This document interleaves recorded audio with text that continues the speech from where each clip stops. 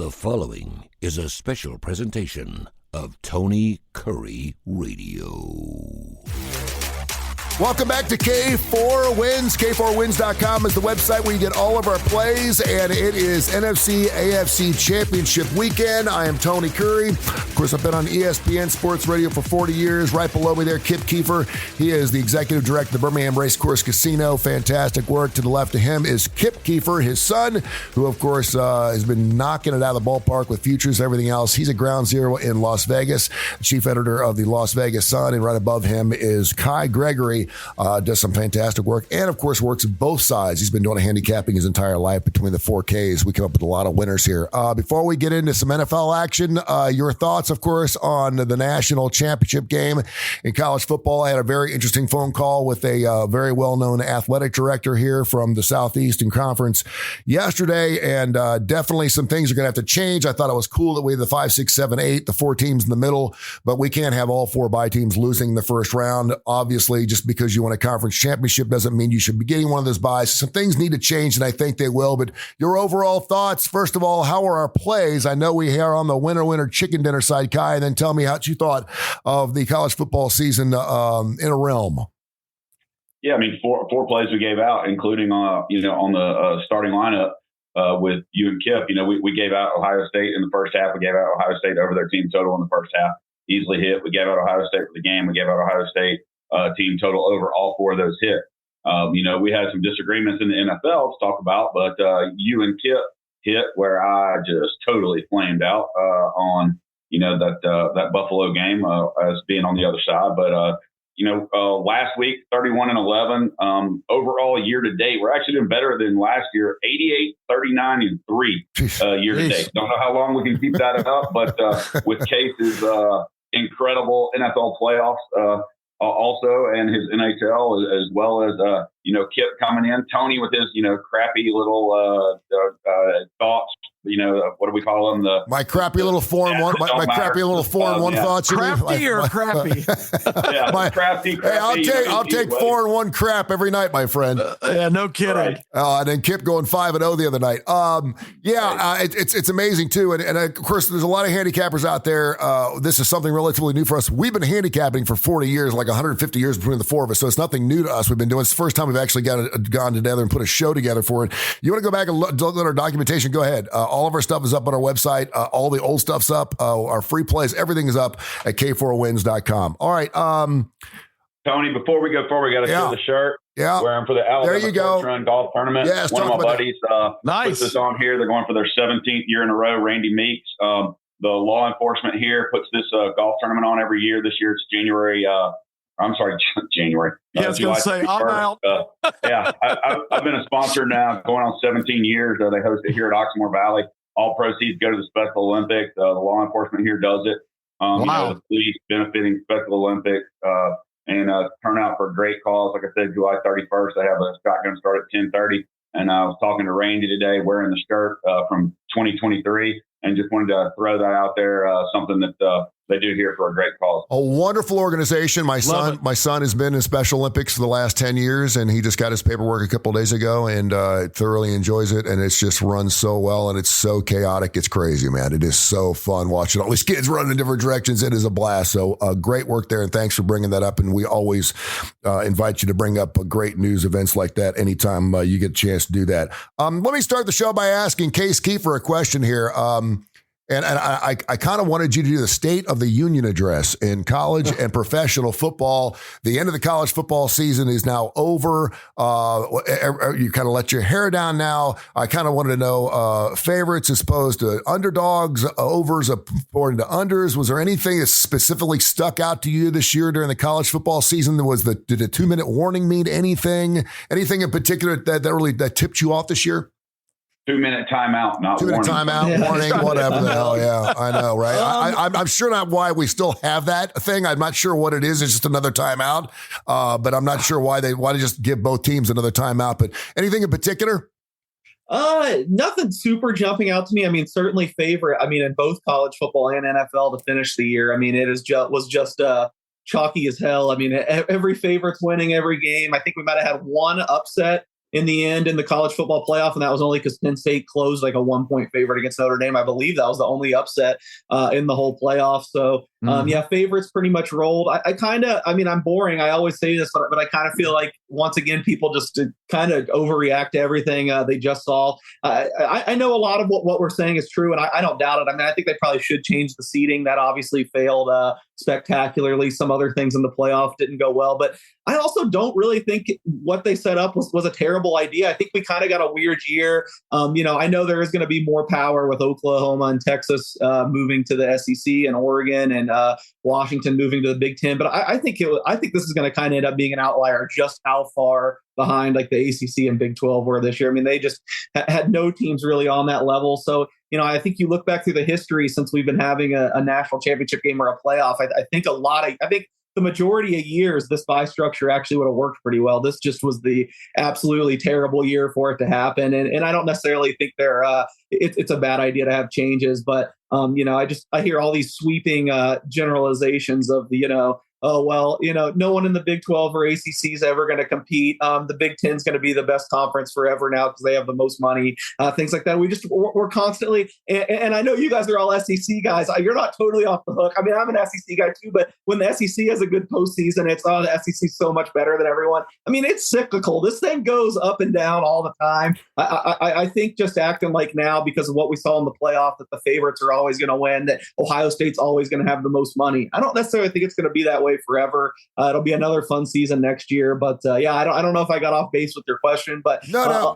A lot of favorites, and to me, I don't know. Every year is its own unique animal. I feel like assigning that the way this year went is going to be the way it goes for the next 10 years, I think is a little foolish. No, I think a lot of people thought that because there's going to be so much money involved, Kip, and it was going to be SEC, the rich are going to get richer. And you know what happened?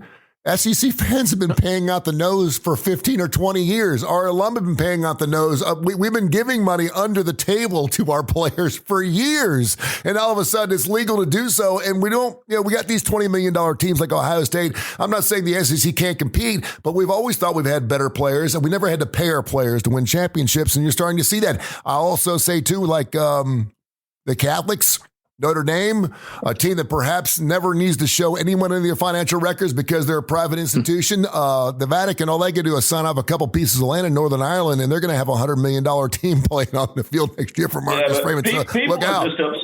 People are upset down here because $50,000 in a charger at the University of Alabama doesn't get it done anymore. No, you got to give more money than that. Saban's gone and that's done. But you talk about this, and you can look at the same thing in basketball. How strong the SEC is, but Duke is going to run through what's probably the worst ACC league in the history of the ACC, and end up being a number one seed, probably number one overall, unless they just get a horrible upset, which can always happen in baskotball. And they're probably going to end up a number one seed overall, where you have teams like Auburn, Alabama, Kentucky, Tennessee, Florida, out of the SEC that, in my opinion, are stronger than them. But because of the weakness of the ACC, they're probably going to have 2 losses on the year. That'd be it, maybe 3, and get a number one seed. We all have strong opinions on the 2 ball games this weekend, AFC, NFC Championship weekend. We'll get into our plays in just a minute here. I do want to start with a question, then I'll start with you, Kip. If you could start with your favorite quarterback to start this weekend, would you take Jaden Daniels or Jalen Hurts? I thought you were going to put the other 2 in there too and make it a real difficult question. No. Right now, would I rather have Jalen Hurts or Jaden Daniels? God, that's a tough question because I don't know if Jaden Daniels is going to last. I keep having visions of Robert Griffin III in my head. He was broken in half by the first third of his second season. I don't know if Jaden Daniels can continue this tirade and be unscathed. I that's my big concern right now. Today for this week's games, Jaden Daniels all the way, because I think Jalen is very proficient in what he does, but he's surrounded with a lot more weapons. The Barkley addition to the Eagles has made a huge difference. But I just don't know what kind of shelf life Jaden Daniels has. Maybe that's old school thinking. Maybe the game is transforming, but a quarterback that just takes off and takes unbelievable punishment has never been a commodity that's had very much longevity in the NFL history. So today, right now, I'll take Jaden Daniels long term. So I think I'll still be betting on Hurts. Case, which side would you take? His over or under rushing yards then this weekend? What do they set that at? Rushing yards. What are those? Yeah. What are those over under rushing yards, Case? I could get it for you in a second. I actually agree pretty much. Really right off what Kip said. I think, and I feel like now all of a sudden I'm a big Jalen Hurts guy compared to most people. The guys I feel like has just taken so much criticism. I think he's underrated at this point, but if it's for right now, for this weekend, I think you'd be foolish not to say Jaden Daniels, especially now with the knee injury. Long term, and I feel like a hater because I didn't like Jaden Daniels as much going into the draft, which obviously was a terrible idea because he's been amazing. I still am worried just about, and he's so slight a frame. He's such a little guy. Yeah. I still worry about him holding up. So I totally agree with Kip on that point. Jaden Daniels over under rushing yards. We're mostly 54.5 right now. Okay. And Kip brought up a great point on our television show on the starting lineup yesterday. He's like, what the hell was Brian Kelly doing with his quarterback at LSU when you had this quarterback? I mean, this kid is unbelievable. He was not being utilized. This guy is a rookie, takes a team that won 4 games last year to the NFC Championship. Brian Kelly lost 4 games with this guy at quarterback. That's unbelievable. Brian Thomas and Malik Neighbors both had historic rookie seasons. Yeah, exactly. Well. They look like 2 of the best. Another great point. And you see this a lot in the National Football League when a quarterback comes into his first season. Everything's still moving at light speed. It's a lot faster in the National Football League than it is in college, and they take off a lot earlier. And because they take off a lot earlier, they'll have 800-900 yards. We saw it with Johnny Manziel. We saw it with Cam Newton in their first year. You see all these quarterbacks come in their first year, and they're basically running for their lives. They don't have time to check down and look at their second or third option. By then, their wheels are already gone, and they're running on third longs, and they look miraculous because of it. But then by that second season, look at all these running quarterbacks in their second, third seasons where they kind of tone back a little bit. It's a learning process. Things to slow it down a little bit. They start being more pocket guys. And then you saw it with Jalen Hurts in his first year in the National Football League. All these guys are running for their lives, and they look fantastic. But like you said, it's hard to keep up. And run like that. And I know that Tom Brady had said something the other day. There's the new quarterback, the new age of the quarterback, the running quarterback. It's not susceptible to a long-term deal. Quarterbacks can't run like that for 6 or 7 yards. Eventually, they're going to have to pocket it up. Even the Russell Wilsons of the National Football League are real quick worried to wrap that up. I think Jaden Daniels, to me, the thing I'm most impressed with, his precision as far as throwing the football. He's converting so many third down plays with perfect passes, and I think McLaurin is a big reason for that. I think this guy's been one of the most underrated players in the NFL for years. This guy is a great talent, and he's finally in his position. If Jaden Daniels can make the same transition, because, I still can't get out of the habit of watching a Ravens game and not expecting Lamar Jackson to take off. Well, that's not his game anymore. Yep. And I think Hurts has evolved out of that. If Jaden Daniels can continue to progress as a passer, then maybe he is going to be a long-term superstar, because where he is now compared to a couple of years ago when he first appeared at LSU, where I had him rated as a subpar passer, he has taken giant steps, in my opinion, in that direction this year. Kyle, let's start right there. Commanders, Eagles, the line is 6 and 47.5. The Commanders, by the way, plus 300 to make the playoffs to start the season. Their over-under win total was 6.5, plus 6,000 to make it. Of course, in the NFC Championship game, plus 15,000 to win a Super Bowl. And here they are, 1 game away. Who do you like in that game? Yeah. And by the way, the last team plus 15,000 to get in, the 1999 Rams. And remember what happened. They went from worst to first, 4-12 to 12-4. What's your thoughts on the game, Kai? Looking at some of these team totals and looking at the totals for both games are still sitting on 47.5, which that kind of amazes me.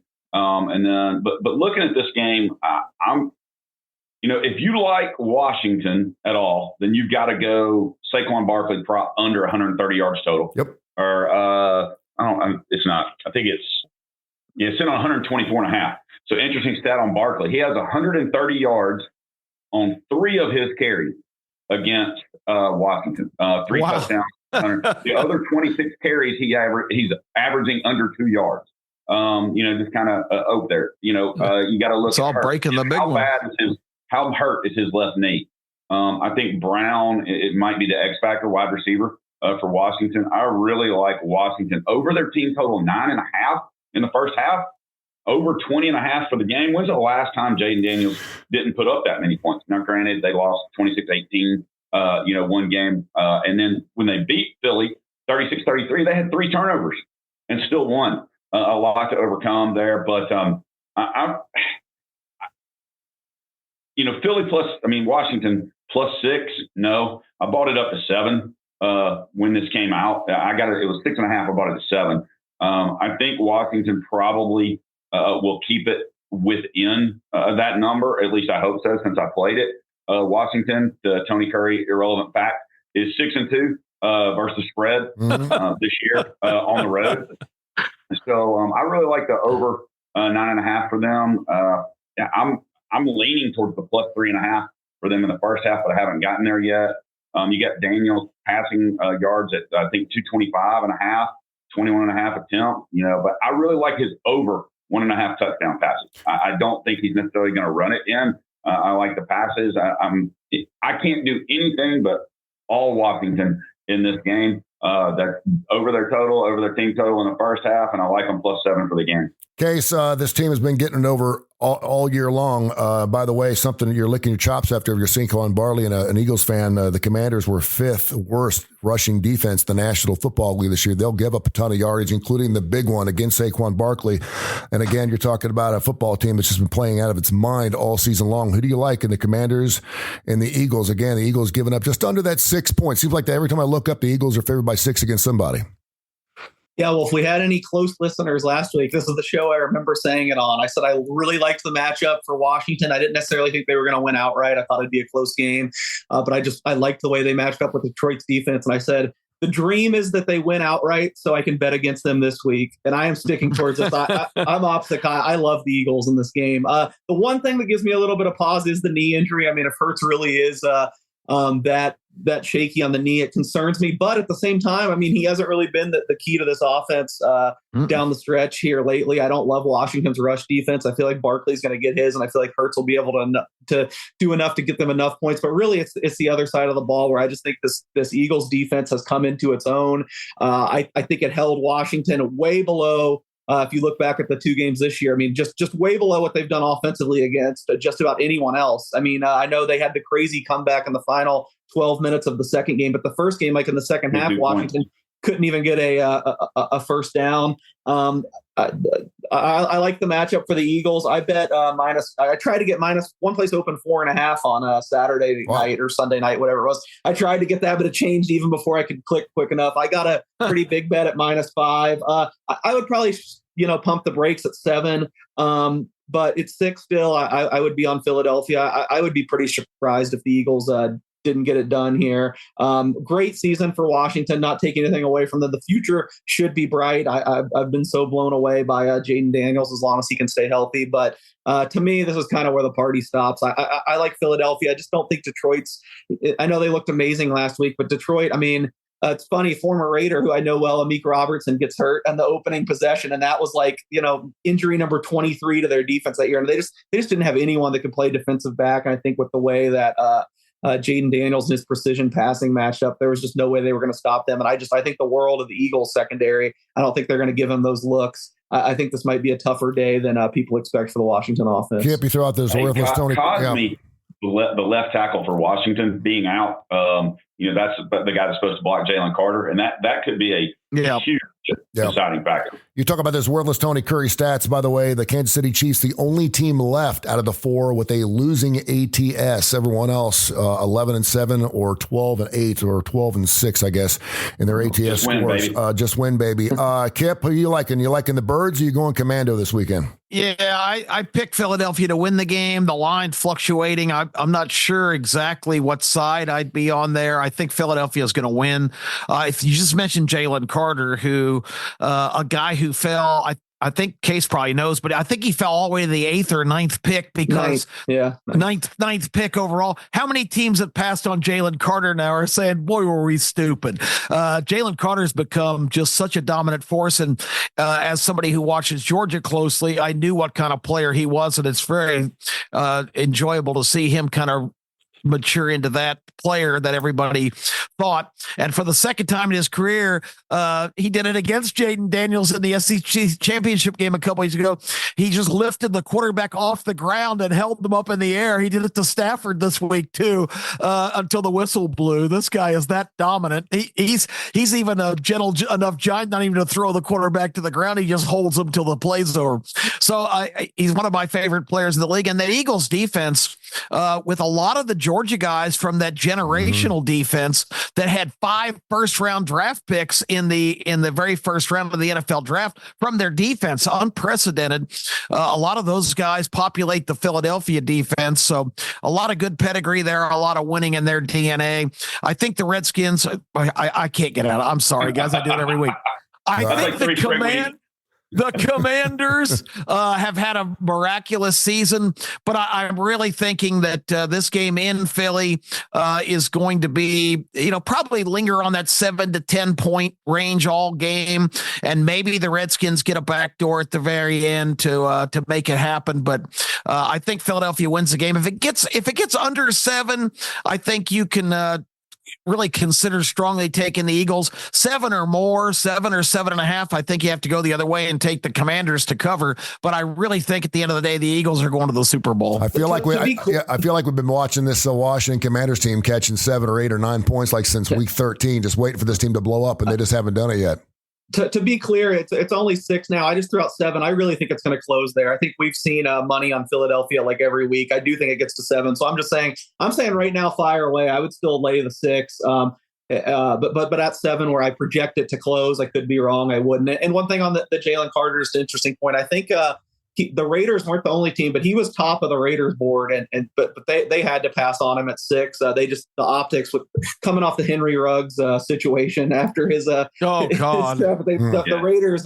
I think that former Raiders staff, if you gave him truth serum right now, would say it was painful to have to pass on him. I think they had 6 in that draft, but I think they probably weren't the only team, but they were number 1. They just could not do what was going on. Obviously, 2 teams that know each other very, very well. They split during the season. On the other game, Buffalo, and they played recently. Didn't they play 2 times in the last 5 games of the season? They've been playing constantly lately. That's why you have to think maybe it's going to be a close ball game just because they know each other so well. Another 2 teams that played earlier in the season, week 11, it was when, of course, the Buffalo Bills got the better of the Kansas City Chiefs 30-21. Interesting numbers. Mahomes and Josh Allen against each other. Mahomes 8 touchdowns, 0 picks. Josh Allen against Kansas City 7 touchdowns, 1 pick.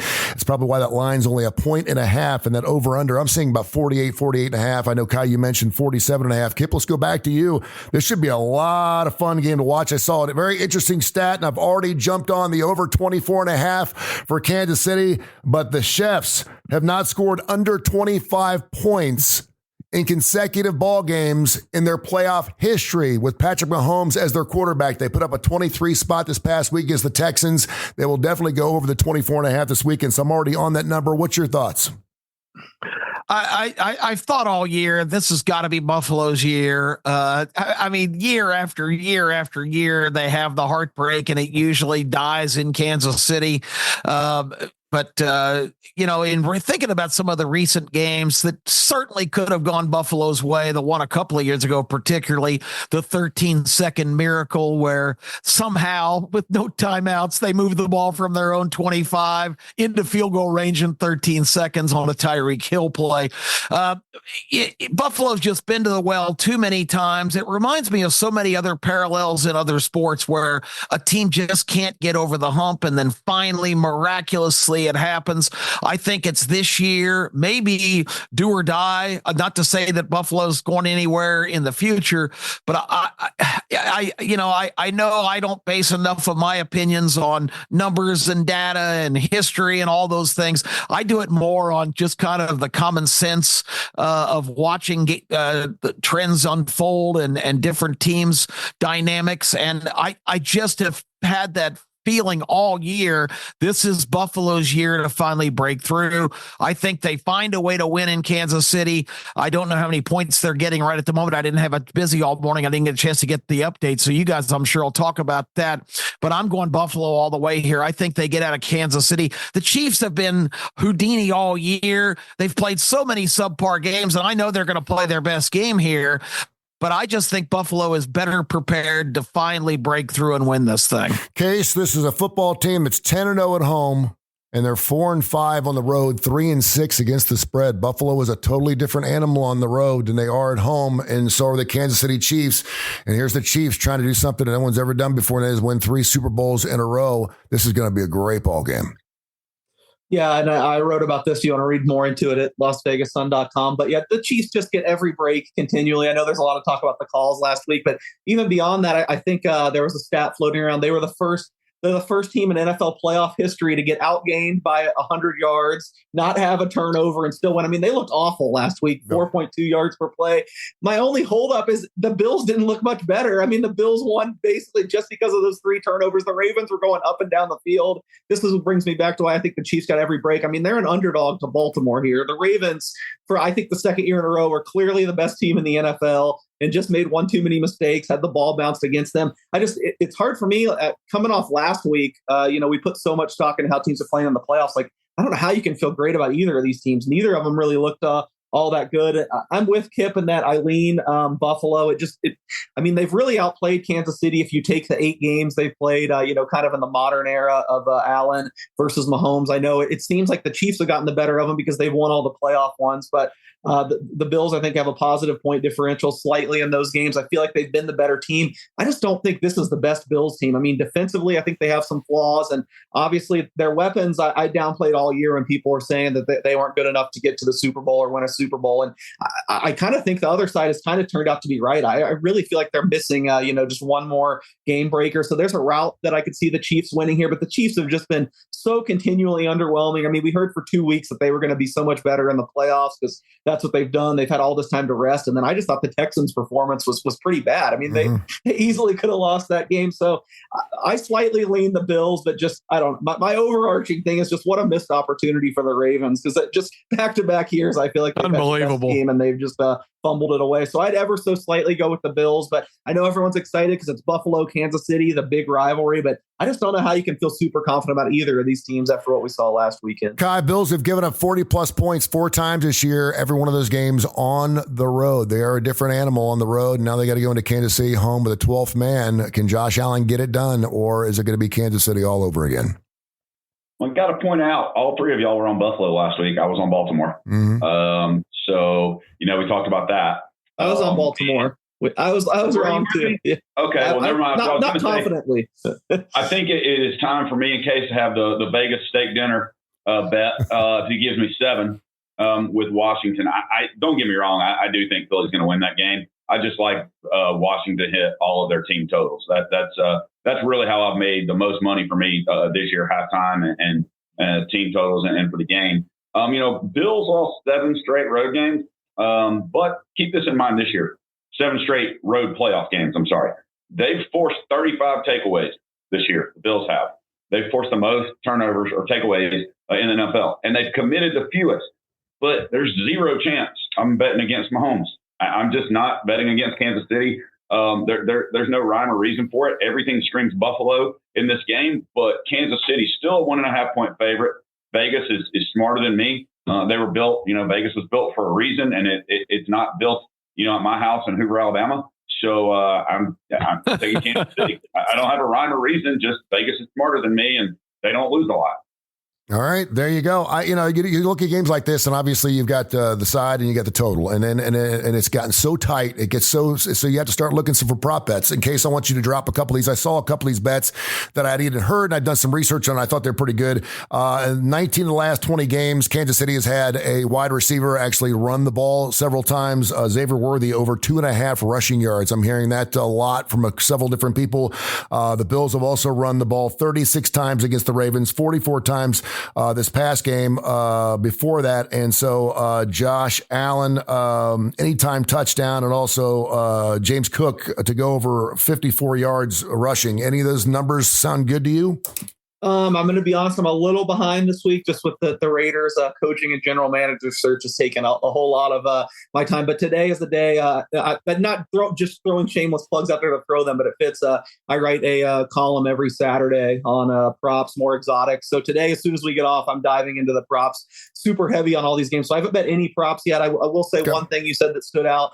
I don't necessarily know I would go with the rushing yards on Xavier Worthy, but I can see it. And one thing about him that I think that the market hasn't picked up on that I've been betting a lot is that they run a lot for him in their red zone packages down near the goal line. Last week he got stopped at the 1. It might have been a handoff. I can't remember. I had him to score the first touchdown, so that was a pretty devastating. But if you're looking for pro Xavier Worthy, I wouldn't mind some touchdown looks. I don't know. I feel like he hasn't scored in a couple games now, and despite him being more known as a downfield threat and being a little bit smaller guy, they run a lot near the goal line for him. But again, I'm really going to dive into all those props here shortly. So if you want to read my story, you can find some things I go for there. But yeah, certainly I think Worthy's gotten a lot better as the season has gone on. I wouldn't be surprised if he scored. I lose betting Travis Kelce unders every week. I don't think he's the same guy that he once was. I was all over him under last game, and of course he blew up. But I got to think it's going to be super high again with everyone betting him over. I wouldn't be surprised if Buffalo shoots to take him away. So maybe just going off something I seem to bet every week and lose. Maybe some Travis Kelce unders for me. By the way, touchdown and first touchdown for Kelce would be another good bet. Though. Yeah. By the way, Worthy averaging 4.7 yards per carry this year, just over 100. And he had 20 rushes this year, so he will get the ball. It's just whether he's going to get that 2.5 yards, and you better believe as a wide receiver, he probably will. Yeah, it's funny because you used to never even see this prop bet up on rushing yards by a quarterback, and now those are funner to play than they are in the passing yards. I mean, the passing yards seem like they've been so inflated. It seems like I've seen 249.5 about a million times this year. I don't know why I keep seeing 249.5 for these things, but it's almost funner to play the rushing yards. And one of those games was in the national championship game. Riley Leonard, and I was all over it. I saw a prop bet attempts over 13.5. He had 9 attempts in that first drive. Of course, he went over there after a 9-minute drive, an 18-play drive, throwing his guts up. And of course, he ended up rushing 17 times.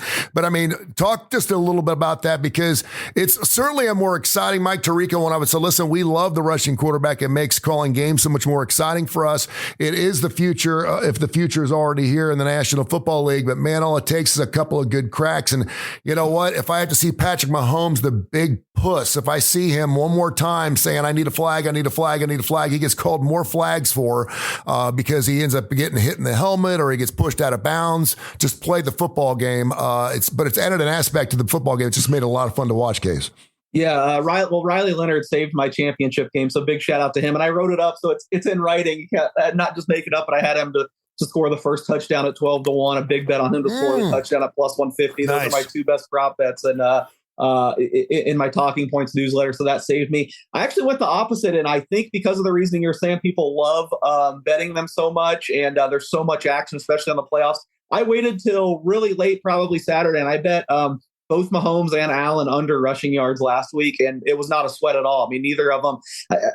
I feel like the narrative has now gone a little bit too far with the running quarterbacks. And again, I haven't done this week, so I could end up flipping if I see something in the numbers in the defenses that it's more open here. But I think I had Mahomes was like under 29.5, which he hadn't come close to all year. And Allen, I think, was under 48.5. And I really thought that the Ravens' whole defensive plan would be to keep Allen in the pocket, keep him without moving. So, one sharp thing that I will never tell you is wrong. And this is how the sharpest groups approach props when they can get more money down, like at this time of the season. Wait until the absolute last minute and bet under on all these big name guys, because everyone is betting the over. The sportsbooks build up exposure when there's like 95% of the money is on Josh Allen and Patrick Mahomes to go over their rushing totals. I'm not necessarily saying I'm doing it again this week, but that is something I did last week that was successful.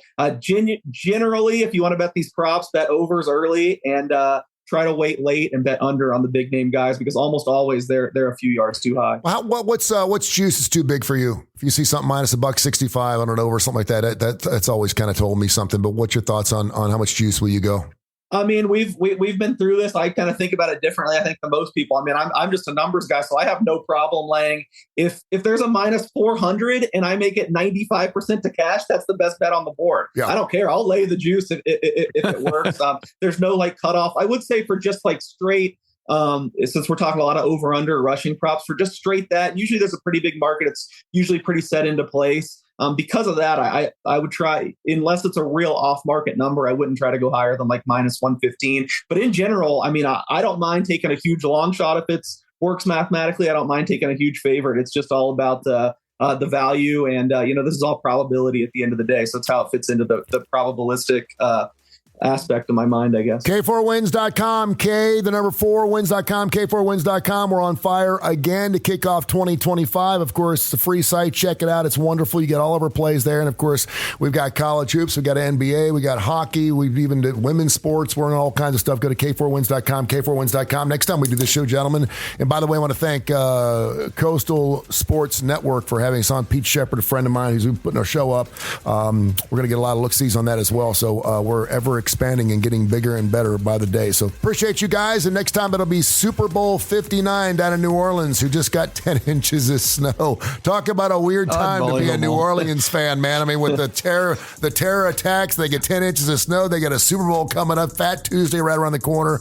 That's a crazy town to be in. So, but I appreciate you guys. Thank you.